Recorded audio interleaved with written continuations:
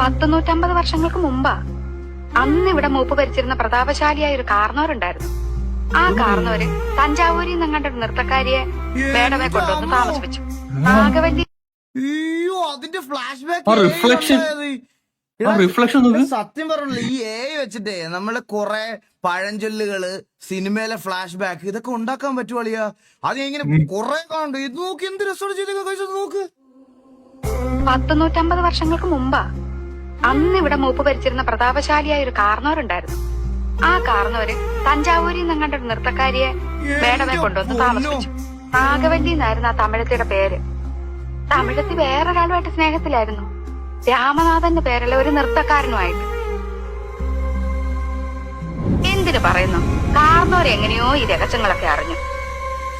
അന്ന് അർദ്ധരാത്രി നാഗവല്ലിയെ കാർന്നോര് നമ്മുടെ തെക്കിനിട്ട് വെട്ടിക്കൊണ്ടു.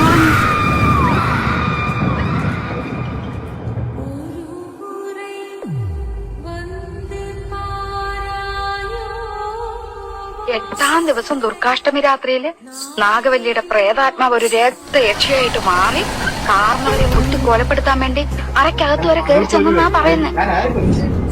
അതീ പിന്നെ നാഗവല്ലിയുടെ പ്രേതാത്മാവ് തീരാപ്പകയോടെ ഈ തറവാട്ടിലൊക്കെ അലഞ്ഞടക്കാൻ തുടങ്ങി. എന്റെ അമ്മോ, എന്ത് സാധനോടോ അത്! സൗണ്ട് കൂടെ വന്നപ്പോഴത്തേക്ക് നറേഷനും എന്റെ അമ്മോ എന്ത് സാധനം ഉണ്ടാക്കി വെച്ചേക്കണ ആളിയാ. ഒരു കിടിലൻ അജ്മൽ ഷാ, ഒരു വിഷയ അജ്മൽ സിനാജ്, ചാർക്കോൾ ആർട്ടിസ്റ്റ്. ഇവിടെ കിടിലല്ലേ, പേടിയാണോ? സത്യം രാത്രി കണ്ടിട്ട് 12:36 നാഗവല്ലിയെ കാണാണ്. ലൈക്ക് അടിച്ചിട്ട് പോളെ, ലൈക്ക് അടിക്കണം.